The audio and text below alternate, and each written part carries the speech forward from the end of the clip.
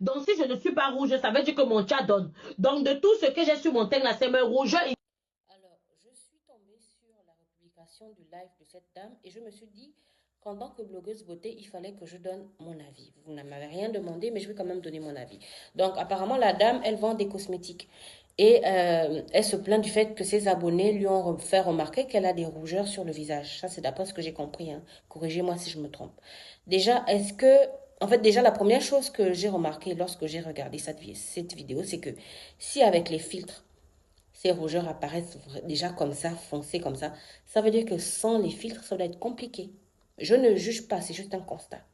Deuxièmement, ce n'est pas normal d'avoir des rougeurs. Si vous appliquez un cosmétique qui vous cause des rougeurs, il vaut mieux arrêter de l'utiliser. La rougeur, en fait, c'est une façon pour votre peau de vous dire que le cosmétique que vous lui appliquez là est en train de l'irriter. Et dans ces cas-là, il vaut mieux arrêter de l'utiliser. Plus vous allez continuer à l'utiliser, plus la rougeur va se répandre et avec le temps, elle va se transformer en taches et vous allez vous retrouver avec des taches noires sur cette partie-là qu'on appelle communément en Afrique centrale les mamies. Donc moi, en tant que blogueuse beauté, ce que je peux vous conseiller si vous avez des rougeurs comme ça, c'est arrêter d'utiliser le cosmétique qui est en train de vous faire rougir la peau comme ça là. Utilisez une crème solaire la journée quand vous savez que vous allez être exposé au soleil au-delà de 45 minutes.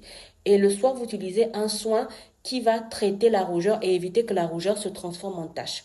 Parmi les soins, il y a par exemple le gel d'aloe vera, par exemple celui de la marque Forever Living Products. Il contient 96% de gel d'aloe vera. C'est pour ça que j'aime bien le conseiller. Il est très bien pour les rougeurs aussi. Et sinon, si vous ne trouvez pas cette marque, il y a le Cicaplast B5 qui est vendu en pharmacie, qui est très bien aussi pour traiter les rougeurs sur les peaux noires et métissées. Voilà, j'espère que cette vidéo vous aura aidé. Bisous et bonne soirée!